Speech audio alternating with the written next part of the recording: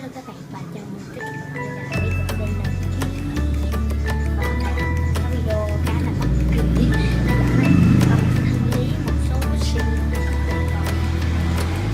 đây là oxy bánh kem đây oxy bánh kem nó bị lỗi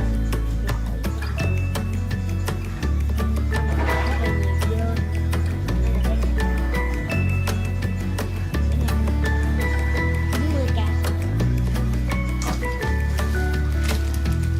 chiên như vậy. Nếu mà có cái chiên cái này, còn cái này có cái chiên, cái này mới luôn 100%.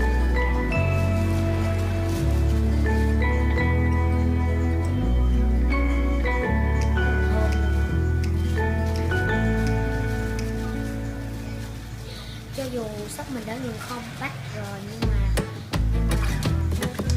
các bạn cứ inbox cho shop để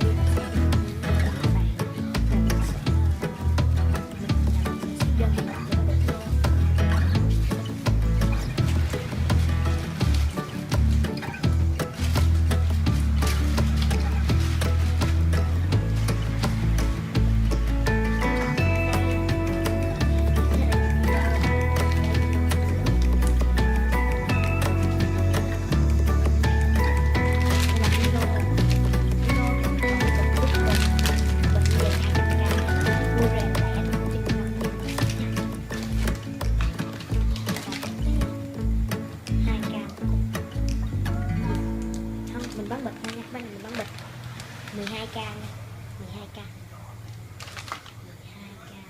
Tiếp theo là mochi 5 em 12k. Đây